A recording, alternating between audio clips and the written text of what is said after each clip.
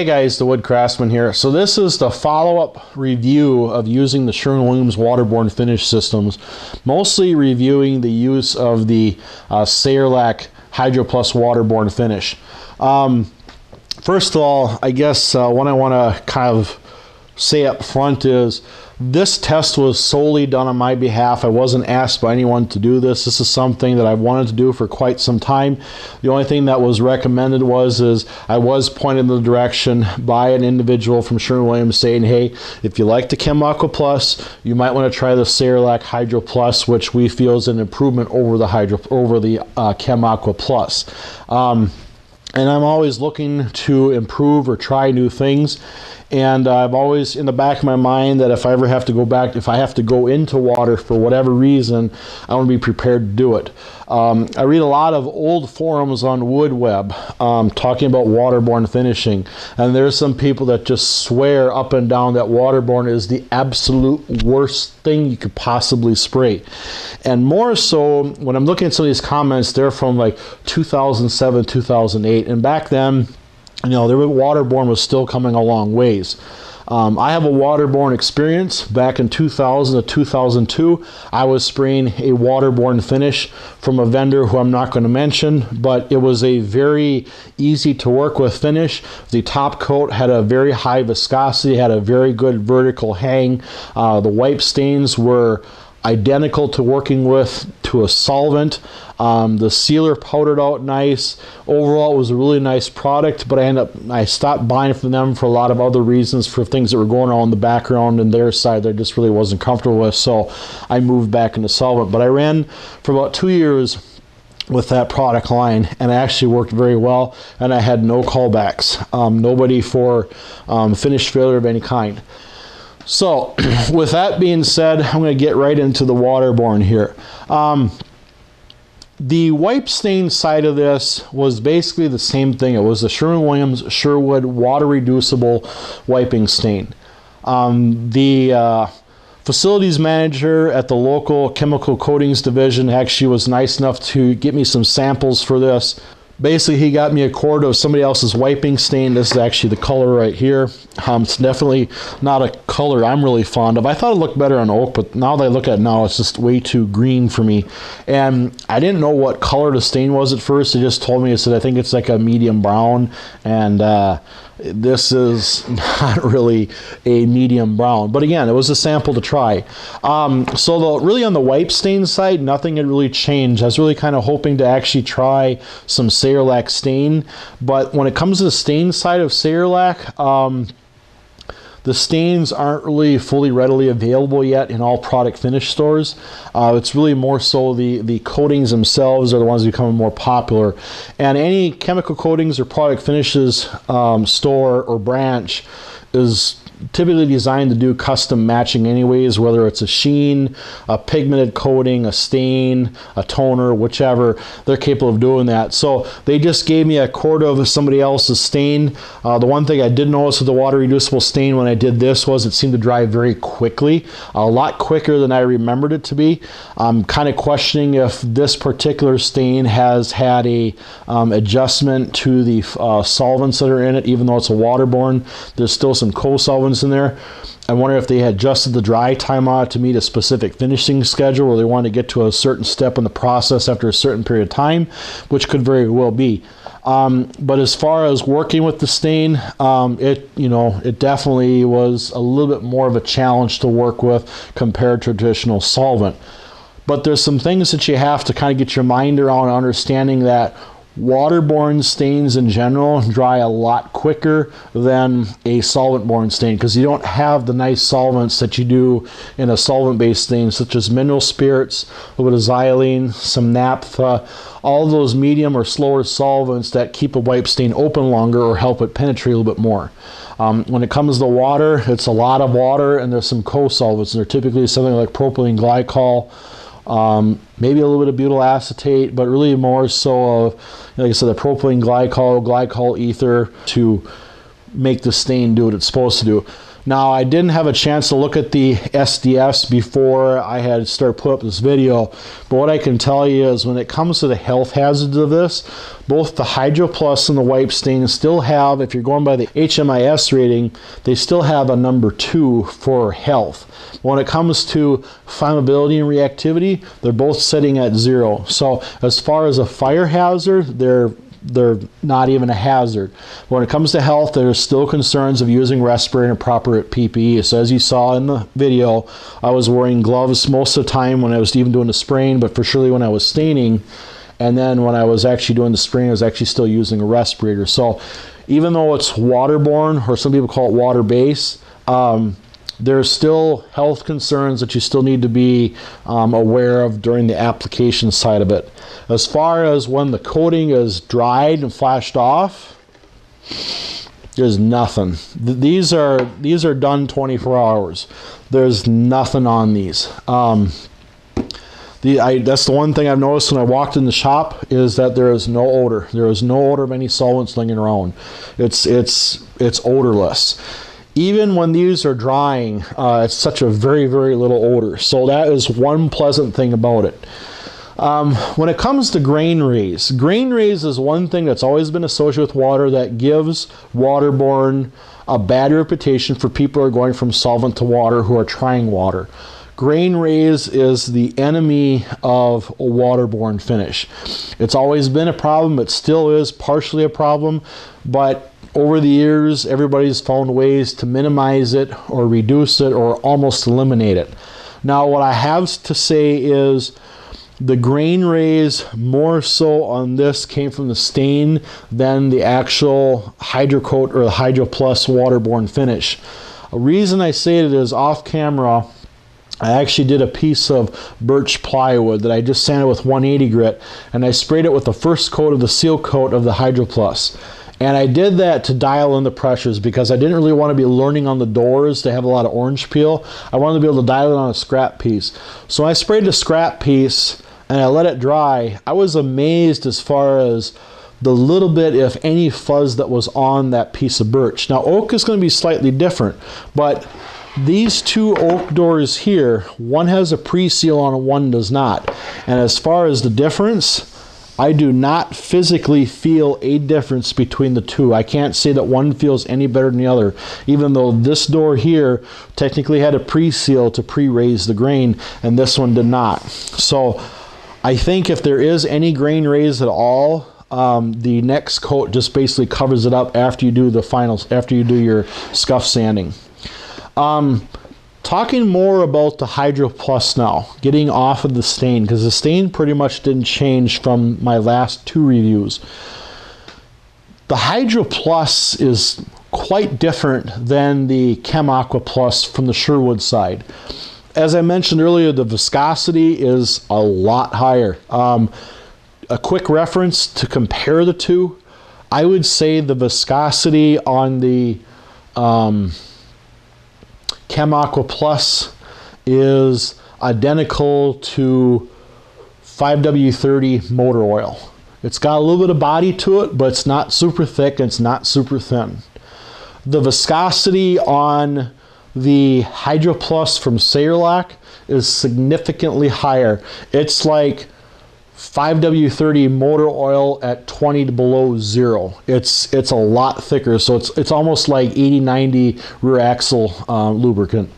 There's just a lot there. Not quite as bad as latex house paint, but it's up there. I could not get the stick to stand perfectly vertical. There wasn't enough surface tension to hold it, but it wouldn't fall over right away. It would just slowly start to sag. And I didn't take a video because I didn't think it was anyone would want to see it, but it's definitely got a high viscosity.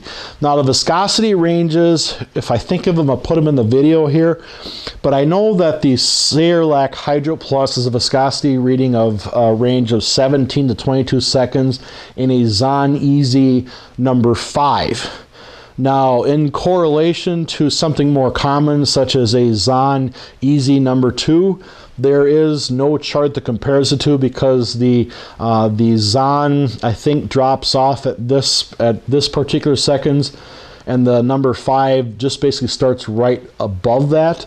So I just know that it's extremely thick, and I think that the Chem Aqua Plus is rated with a Ford number 4, and even looking at a Ford number 4 to a Zahn number 5, there's a significant difference. So the best way I could describe it is that the Hydro Plus is significantly thicker. Application-wise, I was really surprised to see that Sayerlack's product data sheets, I felt, are a little bit more informative than the Chem Aqua Plus from the Sherwood side. Sherwin-Williams does a really good job in the product data sheets talking about the characteristics of the coating, the characteristics of the dry times and recoat times and stack times, solids, VOCs, things like that. And they also have a small section on application. Sayerlack actually did a really good job of spelling all that and then some.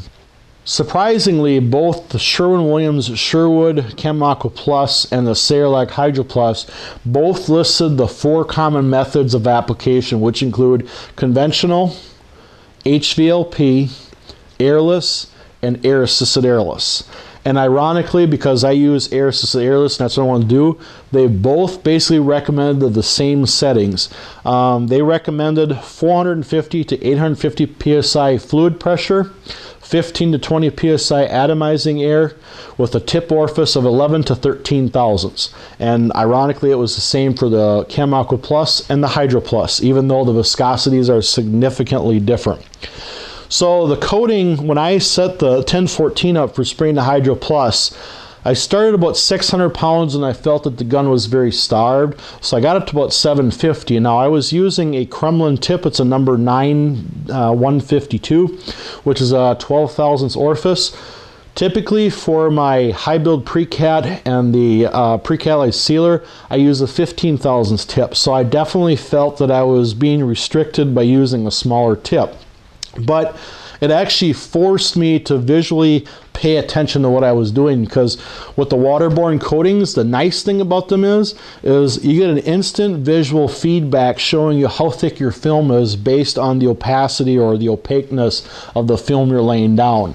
As you saw in the video, you can definitely see that I had a little bit of that bluish cast to it. And even when I did the edges, you didn't see much of that blue cast. When I started laying it over the face, you could definitely start to see that milky blue look. So that's where Waterborne is kind of a nice thing, is it actually shows you your film build. And once you actually start using a wet film gauge, you'll be able to understand as far as, okay, to get 4 mils wet, this is how opaque it has to be, or this is how transparent it has to be. So it's kind of a real quick visual. Some things that I didn't really like about the Hydro Plus is more so the fact that I felt restricted with those settings. That's probably the biggest thing I saw. But I was afraid to try a larger tip that didn't have a double orifice, which I didn't currently have. I was actually going to order one, and time got away on me, and I wanted to get this done over the holiday weekend, so I just used with what I had. But again, it still basically gave me instant feedback showing, you know, where my film build needed to be. These do not feel dry any means. They don't feel like they could use another coat, although I'm kind of curious what another coat might do. But again, it definitely feels like there's a build here. Probably one of the things that I noticed the most about this is the vertical hang on the edges. As I mentioned earlier about vertical hang, these edges actually look really good. They're not dry in any way, shape, or form. They've got a nice build on them. A little bit of grain raise on the profiles here, but again, part of that's due to probably preparation in the whitewood sanding. If I were to do this again, I'd probably beef up my sanding one more notch. I did do these with 180. Normally for solvents I do 150, but I thought, you know, I'll do 180, give it the benefit of the doubt, and I think I definitely could have gone 220 and not hurt anything. But really, I don't see any cons to this. From what I have seen so far. A true acid test would actually run a small job with it, and maybe I will at some point in time, but right now this is just a testing phase. The one thing I will say is this is actually considered to be a self-sealing product. The Sherwin-Williams Sherwood Chem Aqua Plus, you can use it as a self-sealing product. However, they really recommend to use the Chem Aqua Plus sealer. You know, it's one of those things that it works, but it's probably not really ideal. It's the same thing with the high build pre-catalyzed lacquer.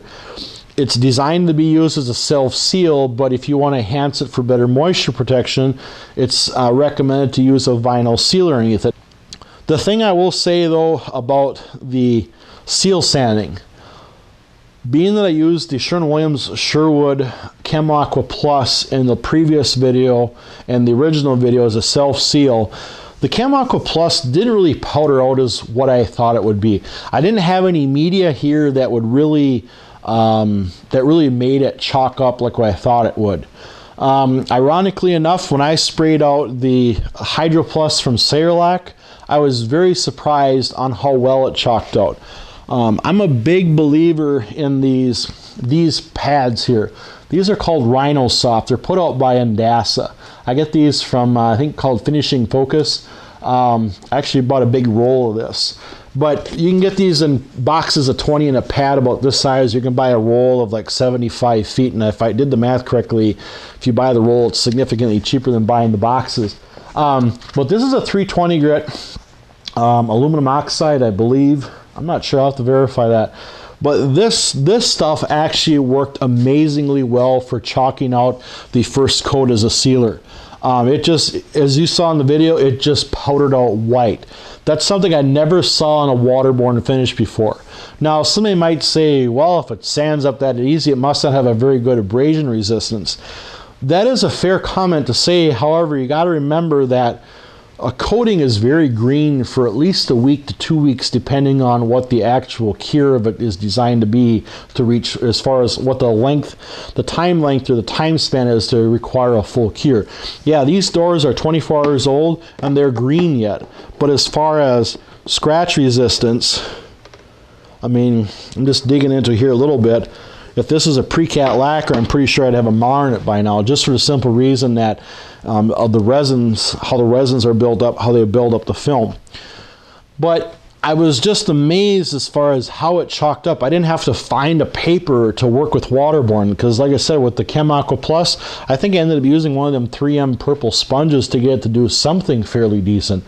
Even when I tried out the Valspar Zenith, that was kind of the same thing. Didn't really have an abrasive paper here that I like to use that worked well for powdering out. Fortunately, the Sayerlack worked very well with this pad here, which I use for the vinyl sealer and the high build if I use the high build as a self seal. So that was good. The other thing too was this maroon, it's like a Scotch-Brite, but it's, I think this is also in DAS. I think I got this in the same place. This is the same thing as the maroon Scotch-Brite or the maroon Mirka. It's the same, basically, I don't know if I want to call it grit, but same abrasiveness. Again, this worked really well as well for profiles. Even with a little bit of grain raise in here, I was actually quite surprised that I could actually take one of these pads and cut it to fit in the profile so I wouldn't cut through the corners, and then actually go back and do a little touch up with this here, and actually worked really well. So I have to say I was very pleasantly surprised when it came out to powdering out the seal coat that I could use what I was already using for the solvent-borne systems. Other than that, you know, it's kind of one of them things now. I'll probably do some torture testing on this here after about 2 weeks. I'll probably try the acetone rub, see how it holds up to that. If I think of it, I'll do a YouTube video on that, but I know somebody else out there had already done some solvent rubs on the Chem Aqua Plus. It was actually a pigmented Chem Aqua Plus. And some other gentleman out there building cabinets and using the Sherwin-Williams product line, and he was testing the abrasiveness or the chemical resistance of, I think, lacquer thinner possibly on a part that was already finished in the Chem Aqua Plus. And I think after a certain period of time he did start to change the sheen on it, but I don't think he actually destroyed the film. So I'm really kind of anxious to see how well this hands up. But now again, if it fails the solvent rub, that doesn't mean that the finish isn't any good, because the bottom line is, I don't know of too many finishes out there, unless you go to a high-end post-catalyzed conversion varnish or a polyurethane or even a polyester, what's really going to stand up to acetone, which is essentially the same thing as nail polish remover. Yeah, you know, you can have a customer that spills a bottle of nail polish remover and it runs down the cabinets. It can do some damage, but at the same time, if they don't try to rub it, if it dries right away, it may not even touch it. This finish does pass KCMA testing, which is one thing I always look at. Just for simple reasons, I like to look at a finish that meets and exceeds or passes KCMA testing, just for the simple reason that I know then that for those people who are KCMA certified, whether it's a small shop or a large company, that they're putting their name on something with a finish that's going to be durable to meet daily use standards. So an argument may come up and say, well, KCMA testing doesn't mean anything, and that could very well be, but that's how I justify a finish is worthy trying if it meets KCMA standards or passes KCMA testing. There's a slight difference, but as long as KCMA has looked at it, I have interest in entertaining the idea of testing it. Other than that, I have to say I am just very well pleased with the performance of the Hydroplus. It definitely, I think, is an improvement over the Chem Aqua Plus. So those of you guys who are using the Chem Aqua Plus, you might want to definitely look at the Hydroplus from Sayerlack. If you're using HVLP or air spray, you might have to thin it down a little bit, but they do give recommended settings for that. So for me, it didn't matter because I wanted to use air assisted airless anyways. So that's just how I like to spray things, and I find for me it's very simple and it's very comfortable. But you have to go with what works for you. So I get questions all the time, people saying, what do you recommend for an air assisted airless unit, or have you ever tried this with yours? Have you ever tried spraying this finish with this or that? Most everything sprayed in the shop here is done with an air assisted airless unit, whether it's a Kremlin or the new CA Technologies behind me. I find it's just so much simpler to work with. It's more expensive to own, but I think in the long run, it definitely pays off. But again, that's my personal opinion. Somebody else out there might say that I like pressure pots better than anything, and that's because that individual or those people actually have gotten pressure pots to work very well for them. There's a gentleman in, I believe, Michigan, a guy by the name of Bruce Latch, does furniture refinishing, and he uses a cheap siphon feed spray gun. I think it could be a Husky from Home Depot. And he sprays gallons of sealers and pre-cat lacquers and nitrocellulose lacquers on his furniture refinishing. He doesn't have anything elaborate. I mean, he doesn't have any money invested in equipment because he makes it work for him. Just like in the shop here. I like spraying with air assisted airless because I make it work for me. You can try anything. It either works or doesn't work, and you don't know unless you try. So, all right, guys, I think I've talked a little bit too much on this, but overall, I guess my closing comment, my overall thoughts, if I had to go to Waterborne, is the Sherwood water reducible wiping stain and the Sayerlack Hydroplus the way to go. I think I can make it work. I would definitely have to bump up my game a little bit on sanding, more so the whitewood sanding, and probably change my application of the wipe stain a little bit, but I think I could do it. The wipe stain is probably the biggest change for me. That's it. If I could spray stains only and willing to take the time to mask off the cabinets and buy pre-finished plywood or pre-finished the parts before assembly, I think the spray stain might be a fairly good alternative. I talked to a couple of YouTube members we've gotten to know over the past couple of years. We've had some conversations back and forth, and one individual swears by spraying stain on in like a dye form, and he's had really good luck with it. There's another gentleman, I'm not sure where he's at, but he was demonstrating how he finishes maple with strictly a dye stain. He builds his color up strictly with a dye stain and then a seal coat, and then a little bit more dye stain to finally build the color, and then a coat of high build pre-colorized lacquer, then maybe a little bit more touch up of the dye stain, and then the final pre-colorized lacquer top coat. Again, these guys have found something that has worked well for them, and it may be that if I have to go, or if I decide to go into Waterborne strictly when it comes to the Sherwood wiping stain, it may be that I just need to change how I do things, which you don't know until you actually try. So this was just a quick test. I'm I might entertain it a little bit more with maybe a small project and actually truly put it to the test.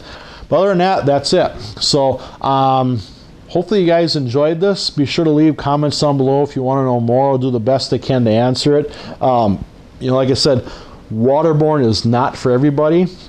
But like I said, I have found to be able to get it to work for me, where if I had to, I could do it. So there'd still be some things that I have to learn through. But again, this is just one step in that direction. And the more I know now and I can improve on, if that change were to come, then I would actually have the ability to do it with less stress. So. All right, guys, hope you guys enjoyed this long follow-up review, but honestly, I have to say, if you're spraying Waterborne right now and looking for maybe an alternative, definitely check out the Sayerlack Hydroplus. It's definitely, if you're using the Chem Aqua Plus, I think you would definitely like the Hydroplus from Sayerlack. It's definitely an improvement, in my opinion anyways. Alright guys, hope you guys enjoyed this video. Questions and positive comments are welcome. Thanks for watching.